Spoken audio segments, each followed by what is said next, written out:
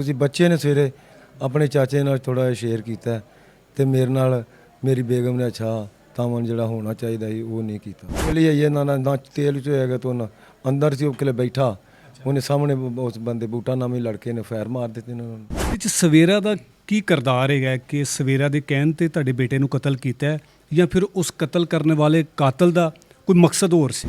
ਪੈਸੇ ਸਲਾਮੀਆਂ ਦੇ ਅੰਗੂਠੀ ਸੀ, ਪਰਸ ਸੀ, ਮੋਬਾਈਲ ਸੀ, ਉਹ ਸਭ ਕੁਝ ਉਹਨੇ ਹੀ ਰੱਖ ਲਿਆ। ਘਰ ਦੀ ਅਜੇ ਦਹਲੀਲ ਤੱਕ ਪਹੁੰਚੇ ਹੀ ਨਹੀਂ ਤੇ ਉਹਨਾਂ अंदर तो गया ही नहीं, बूहे बाहरले दरवाजे के कोल ही होना शहीद कर देता। अस्सलाम वालेकुम नाज़रीन, मैं हूं एडी मलिक और इस वक्त डस्का के एक नवाही गांव में मौजूद हूं जहां दूल्हा ससुराल की दहलीज पर दुल्हन के मुबैना आशना के हाथों कत्ल हो गया। ये कत्ल की वारदात कैसे हुई और ये जो दुल्हन जिसने अपने आशना के साथ अपने ही दूल्हे को अपने घर की दहलीज पर कत्ल करवाया, ये खातून कैसे इनकी बेटे की ज़िंदगी में आई या फिर इन्होंने जब इस खातून के साथ या इस ख़ानदान के साथ रिश्ता किया तो क्या इनको कहीं किसी ने नहीं बताया कि ये लोग या फिर ये लड़की किस किस्म की है। मेरे साथ मकतूल जावेद उर्फ अदनान के वालिद मोहतरम मौजूद है। जब इन्हें एक कॉल आती है तो इनके हंसते बसते खुशियों वाले घर में अचानक से मातम होना शुरू हो गया कि ये कैसे हो गया। सारी कहानी हम इन्हीं की ज़ुबानी जानते हैं कि इनके बेटे की शादी कब हुई थी और फिर किस तरह से इनके बेटे को कत्ल किया और ये कत्ल करने वाला जो मुलज़म है ये कौन है। अस्सलाम वालेकुम जी। वालेकुम सलाम जी। अंकल जी, बड़ा अफसोस होया कि ਤੁਹਾਡੇ बेटे ਨੂੰ ਤੁਹਾਡੇ ही बहू ने कत्ल करवा दिता। ਇਹ ਕਿਵੇਂ ਹੋਇਆ ਜੀ ਸਾਰਾ ਵਾਕਿਆ? 26 ਤਰੀਕ ਨੂੰ ਜੀ ਐਸੇ ਮਹੀਨੇ ਦੀ 26 ਤਰੀਕ ਨੂੰ ਸਾਡੀ ਬਰਾਤ ਸੀ। 2 ਦਿਨ ਪਹਿਲੇ 2 ਦਿਨ ਪੈਂਦੇ ਹਫਤਾ ਅਤਵਾਰ ਨੂੰ 27 ਨੂੰ ਵਲੀਮਾ ਸੀ ਤੇ 25 ਨੂੰ ਬਰਾਤ ਸੀ। 25 ਨੂੰ ਅਸੀਂ ਆਪਣਾ 26 ਨੂੰ ਬਰਾਤ ਲੈ ਕੇ ਗਏ ਆ। राजी खुशी हर किस्म दी खुशियाँ, ये आप देख रहे हैं लाइटें ये वगैरह ये सब कुछ। वहाँ से उतों असा बहू ਨੂੰ ਘਰ ਲਿਆਂਦਾ। ਠੀਕ ਹੈ, ਤੁਸੀਂ ਮੈਨੂੰ ਸਭ ਤੋਂ ਪਹਿਲੇ ਇਹ ਦੱਸੋ ਕਿ ਇਹ ਜਿਹੜਾ ਤੁਸੀਂ ਆਪਣੇ ਪੁੱਤਰ ਦਾ ਰਿਸ਼ਤਾ ਕੀਤਾ ਸੀ ਜਵੇਦ ਦਾ, ਇਹ ਤੁਹਾਡੇ ਆਪਣੇ ਰਿਸ਼ਤੇਦਾਰ ਸੀ ਜਾਂ ਗੈਰ ਸੀ? ਗੈਰ ਸਨ ਜੀ। ਕਿਵੇਂ ਰਿਸ਼ਤਾ ਕਿਸੇ ਨੇ ਕਰਵਾਇਆ ਤੁਹਾਡਾ? ਕਿਸੇ ਨੇ ਕਰਵਾਉਣਾ, ਜਿਹੜੇ ਕਰਵਾਉਣ ਵਾਲੇ ਮਕਸਦ ਸੀ। ਠੀਕ ਹੈ, ਹਾਂਜੀ। ਉਹਨਾਂ ਨੇ ਤੁਹਾਨੂੰ ਜਦੋਂ ਰਿਸ਼ਤਾ ਕਰਵਾਇਆ ਤੇ ਯਕੀਨਨ ਤੁਸੀਂ ਗਏ ਹੋਵੋਗੇ, ਉਹ ਵੀ ਤੁਹਾਡੇ ਘਰ ਆਏ ਹੋਣਗੇ, ਤੇ ਕਿਵੇਂ ਦੇ ਲੋਕ ਸੀ? ਤੁਹਾਨੂੰ ਕੁਝ ਤੁਸੀਂ ਮਹਿਸੂਸ ਨਹੀਂ ਕੀਤਾ? ਅਸਾਂ ਉਹਦੇ ਪਿਓ ਨੂੰ ਤੇ ਉਹਦੀ ਮਾਂ ਨੂੰ ਵੇਖਿਆ, ਸਾਨੂੰ ਨਜ਼ਰ 'ਚ ਭਲੇ ਮਨ ਤੇ ਸਾਡੇ ਅੰਗਰ ਸਾਦੇ ਲੋਕ ਲੱਗੇ ਨੇ। ਠੀਕ ਹੈ, ਤੇ ਅਸਾਂ ਆਖਿਆ ਠੀਕ ਕਰ ਲੈਂਦੇ। ਉਹ ਵੀ ਆ ਕੇ ਉਹਨਾਂ ਬੱਚਾ ਪਸੰਦ ਕੀਤਾ, ਉਹਨਾਂ ਆਖਿਆ ਠੀਕ ਹੈ। ਮਕਸਦ ਤੇ ਅਸਾਂ ਫਿਰ ਮੰਗਣੀ ਕਰ ਲਈ। ਕਿੰਨਾ ਅਰਸਾ ਰਿਸ਼ਤੇ ਦੀ ਗੱਲਬਾਤ ਚੱਲਦੀ ਰਹੀ ਸੀ? ਇੱਕ ਦਫਾ ਉਹ ਆਏ ਨੇ ਤੇ ਇੱਕ ਦਫਾ ਹੀ ਅਸੀਂ ਗਏ ਆਏ ਆ। ਰਿਸ਼ਤਾ ਫਾਈਨਲ ਹੋ ਗਿਆ? ਅੱਜ ਦੂਸਰੀ ਦਫਾ ਉਹਨਾਂ ਦਾ ਉਹ ਆਏ ਨੇ ਤਾਂ ਪਿਆਰ ਦੇ ਗਏ ਨੇ ਬੱਚੇ ਨੂੰ। ਤਕਰੀਬਨ ਕਿੰਨਾ 2 4 5 ਮਹੀਨੇ ਤੇ ਰਿਹਾ ਹੋਏਗਾ ਨਾ? ਸ਼ਾਦੀ ਤੋਂ ਪਹਿਲੇ 4 ਮਹੀਨੇ ਰਿਹਾ ਕੰਮ ਇਹ ਮੰਗਣੀ ਦਾ। ਇਸ ਦੌਰਾਨ ਤੁਸੀਂ ਆਪਣੀ ਬਹੂ ਦੇ ਨਾਲ ਜਾਂ ਬਹੂ ਤੁਹਾਡੇ ਨਾਲ ਕੋਈ ਰਾਬਤੇ ਦੇ ਵਿੱਚ ਕੋਈ ਹੁੰਦਾ ਨਾ, ਕੋਈ ਕੱਪੜੇ ਲੀੜੇ ਕੋਈ ਹੋਰ ਚੀਜ਼ਾਂ ਖਰੀਦਣ ਦੇ ਵਿੱਚ ਕੋਈ ਉਹਨੇ ਰਾਬਤਾ ਕੀਤਾ ਹੋਇਆ? ਸਾਡੇ ਨਾਲ ਰਾਬਤਾ ਉਹ ਨਹੀਂ ਕਰਦੀ ਰਹੀ। ਉਹ ਉਹਨਾਂ ਦਾ ਉਹ ਜਿਹੜੀ ਸਾਰ ਨੂੰ ਛੋਟੀ ਹੈ ਨਾ ਕੁੜੀ, ਉਹਦੇ ਕੋਈ ਫੋਨ ਹੁੰਦਾ ਸੀ, ਉਹ ਹੀ ਗੱਲਾਂ ਬਾਤਾਂ ਨਾਲ ਦਾ ਇੰਜ ਤੇ ਇੰਜ। ਜੇ ਫਿਰ ਬੱਚੀ ਦੇ ਕੱਪੜਿਆਂ ਦਾ ਨਾਪ ਮਕਸਦ ਉਹਦੀ ਮਾਂ ਨੇ ਲਿਆ ਤਾਂ ਨਿੱਕੀ ਨਾਲ ਹੀ ਗੱਲ ਹੁੰਦੀ ਰਹੀ ਹੈ। ਉਹ ਇਹ ਆਉਂਦੇ ਨੇ ਜੀ ਇਹ ਇਸਲਾਮੀਆ ਸਕੂਲਾਂ ਡਸਕੇ ਸਕੂਲ ਪੜ੍ਹਾਉਂਦੀ ਹੈ ਜੀ ਪਈ। ਤੁਹਾਡੀ ਜਿਹੜੀ ਨੌਂ ਸੀ ਉਹ ਸਕੂਲ ਟੀਚਰ ਸੀ? ਸਕੂਲ ਟੀਚਰ ਸੀ, ਲੱਗੀ ਹੈ ਪ੍ਰਾਈਵੇਟ ਸਕੂਲ ਹੈ। ਉਸ ਦਿਨ ਫਿਰ ਕੀ ਹੋਇਆ ਸੀ ਜਿਸ ਦਿਨ ਤੁਸੀਂ ਬਰਾਤ ਲੈ ਕੇ ਆਪਣੀ ਨੌਂ ਨੂੰ ਨਿਕਾਹ ਕਰਕੇ ਬੜੇ ਚਾਵਾਂ ਦੇ ਨਾਲ, ਮਾਂ ਪਿਓ ਨੂੰ ਚਾਹ ਹੁੰਦੇ ਆ ਨਾ ਪੁੱਤਰਾਂ ਦੀ ਸ਼ਾਦੀ ਕਰਨ ਦੇ, ਤੇ ਤੁਸੀਂ ਵੀ ਯਕੀਨਨ ਸਾਰੇ ਚਾਅ ਪੂਰੇ ਕਰਕੇ ਉਹ ਨੌਂ ਨੂੰ ਲੈ ਕੇ ਆਏ ਹੋ। ਤੁਹਾਡੇ ਘਰ ਪਹਿਲੀ ਰਾਤ ਉਹਨੇ ਗੁਜ਼ਾਰੀ ਕਿਵੇਂ ਦੀ ਰਹੀ ਸੀ? ਸਾਡੇ ਨਾਲ ਤਾਂ ਮਸਲ ਰਾਜੀ ਸੀ। ਬੱਚੇ ਨੇ ਸਵੇਰੇ ਆਪਣੇ ਚਾਚੇ ਨਾਲ ਥੋੜਾ ਜਿਹਾ ਸ਼ੇਅਰ ਕੀਤਾ ਤੇ ਮੇਰੇ ਨਾਲ ਮੇਰੀ ਬੇਗਮ ਨੇ ਅੱਛਾ ਤਾਮਨ ਜਿਹੜਾ ਹੋਣਾ ਚਾਹੀਦਾ ਸੀ ਉਹ ਨਹੀਂ ਕੀਤਾ। ਪਹਿਲੀ ਰਾਤ ਨੂੰ ਯਾਨੀ ਕਿ ਬੱਚੇ ਨੇ ਆਪਣੇ ਚਾਚੇ ਨੂੰ ਸ਼ਿਕਾਇਤ ਲਗਾਈ?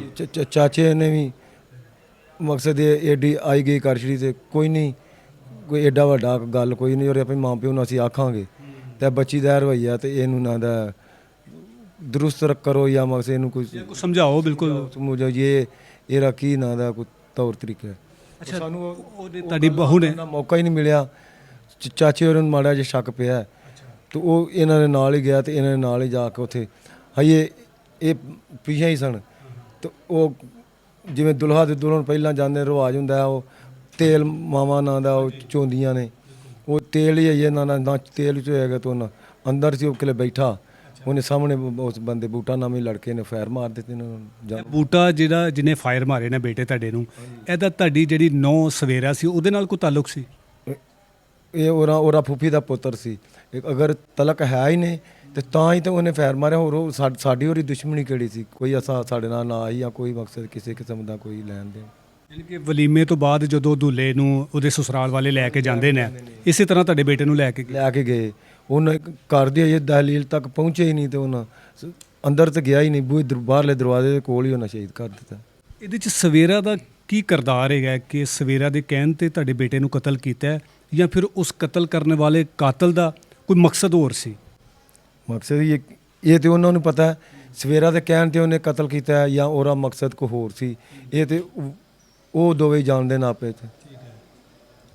ਉਸ ਤੋਂ ਬਾਅਦ ਜਦੋਂ ਉਹਨਾਂ ਫਾਇਰ ਮਾਰ ਦਿੱਤੇ ਤੁਹਾਡੇ ਬੇਟੇ ਨੂੰ, ਤੁਹਾਨੂੰ ਕਿੰਨੇ ਇਤਲਾਹ ਦਿੱਤੀ ਸੀ ਕਿ ਬੇਟੇ ਨੂੰ ਕਤਲ ਕਰ ਦਿੱਤਾ ਗਿਆ? ਮਕਸਦ ਹੈ ਮੇਰਾ ਭਾਈ ਤੇ ਨੋਈ ਤੋਂ ਪਹਿਲਾਂ ਹੀ ਉੱਥੇ ਮਕਸਦ ਅਪੜ ਗਏ ਹਨ ਤੇ ਇਹ ਕੋਈ ਉਤੋਂ ਅਦਨਾਨ ਦੇ ਮੋਬਾਈਲ ਤੋਂ ਹੀ ਇੱਕ ਲੜਕੀ ਨੇ ਨਾਂ ਦਾ ਫੋਨ ਕੀਤਾ ਤੇ ਅਦਨਾਨ ਨੂੰ ਗੋਲੀ ਵੱਜ ਗਈ ਜੀ।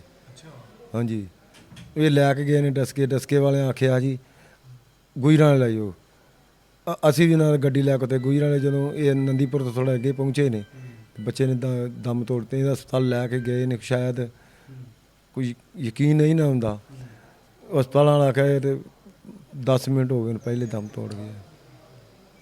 ਅੰਕਲ ਜੀ, ਇਹ ਵੀ ਸਾਨੂੰ ਖਬਰ ਸਾਡੇ ਤੱਕ ਪਹੁੰਚੀ ਹੈ ਕਿ ਤੁਹਾਡੀ ਜਿਹੜੀ ਨੌਂ ਸੀ ਉਹਨੇ ਤੁਹਾਡੇ ਬੇਟੇ ਦੀ ਜੇਬ ਦੇ ਵਿੱਚੋਂ ਸਲਾਮੀਆਂ ਦੇ ਪੈਸੇ ਵੀ, ਫਿਰ ਜ਼ੇਵਰ ਵੀ, ਇਹ ਸਾਰਾ ਕੁਝ ਲੈ ਕੇ ਨੱਸ ਗਈ ਜੀ। ਜਿਹੜੇ ਨਾਂ ਦਾ ਉਹਦੇ 'ਚ ਕੋਲ ਪੈਸੇ ਨੇ, ਸਲਾਮੀਆਂ ਦੇ, ਅੰਗੂਠੀ ਸੀ, ਪਰਸ ਸੀ, ਮੋਬਾਈਲ ਸੀ, ਉਹ ਸਭ ਕੁਝ ਉਹਨੇ ਹੀ ਰੱਖ ਲਿਆ।